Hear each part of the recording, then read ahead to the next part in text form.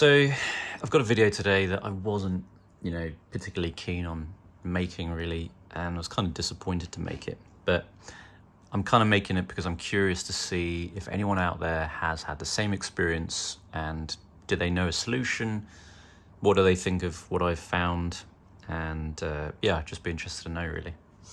So for those of you that have watched the video probably about a week ago, I guess, I bought this pair of Red Wing Mokto 875 and I was very excited about it. These are, known as being great quality. I'm not knocking the quality. The leather is, very solid, very amazing, very good quality rather.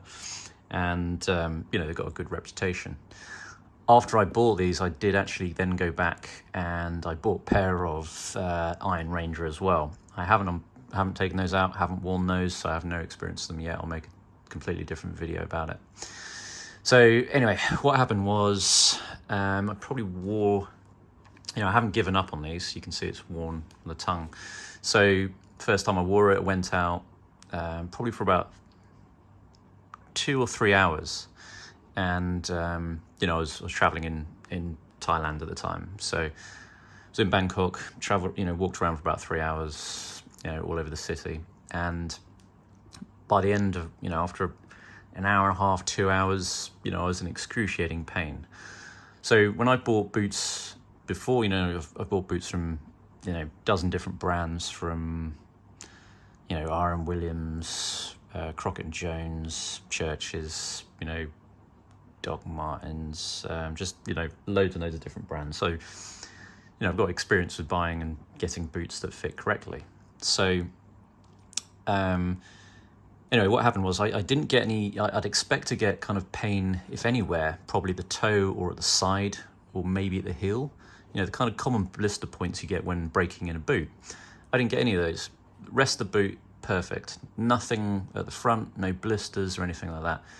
What I did get was basically I was bruised or very red, and I was very sore for probably at least a day afterwards around here. So this is extremely tough, and by the end of 2.5 hours I kind of gave up. I actually went and purchased another pair of shoes so I could take these off, and then I carried on walking around. So, and it was just absolutely excruciating. And when I took the boots off, there was a very definite red line around my ankles where this had been knocking into it, and it was just completely unwearable. I have since gone on trying to wear them after that, and I'm aware that these boots do have a break-in period, but they're not breaking in how I expected, in terms of I thought it would be breaking around the toe, the heel, this area at the front, above your foot, but that wasn't sore at all. But this part here is incredibly uncomfortable. So I tried tightening laces to make it better fit. I tried loosening them so they were much more flexible around the heel. None of those methods have kind of really made a difference. So if I look at some of the other shoes which I don't have those issues with, this is a similar height, the R.M. Williams. Yes, this is a Chelsea boot. This has got the elastic, so this kind of moves with it. So I guess that's the solution there.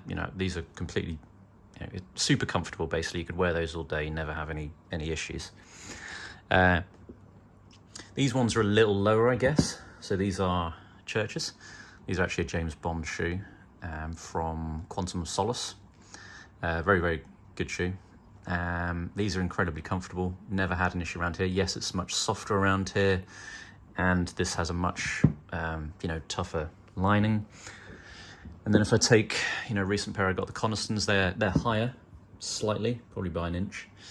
And yes, they're much softer around here, but they're much better fit, and they've molded, around my ankle, and probably have about the same wear of these. So, I've tried a few things. I don't know if anyone in the comments wants to suggest, using some kind of softener oil or something. I did try turning these down, just to see if it would, I left them like that for a couple of days just to see if it would kind of make a difference. It really hasn't.